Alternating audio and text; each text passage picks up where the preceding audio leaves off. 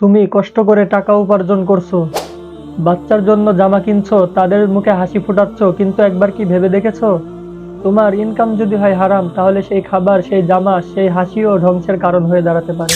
ইবনে কাসির রহমাতুল্লাহি আলাইহি বলেন, হারাম রিজিক সন্তানের চরিত্রেও প্রভাব ফেলে। তুমি যা খাওয়াচ্ছ সেটাই তো তার রক্তে মাংসে যাচ্ছে। আর যদি সেটা হারাম হয়, তবে সন্তান কিভাবে আল্লাহর পথে আসবে?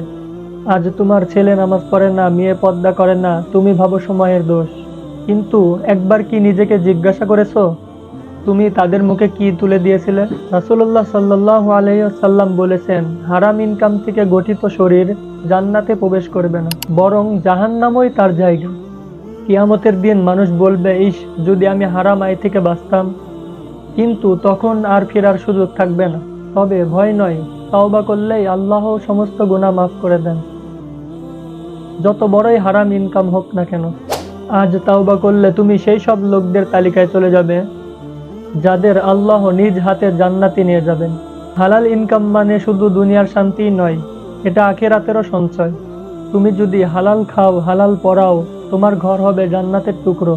আর হারাম ইনকাম, ধ্বংসের আগুন, ধীরে ধীরে নিঃশব্দে পুরাই সবকিছু। ভিডিওটি ভালো লাগলে অবশ্যই লাইক, কমেন্ট, শেয়ার করে ইসলামের বার্তা ছড়িয়ে দিন।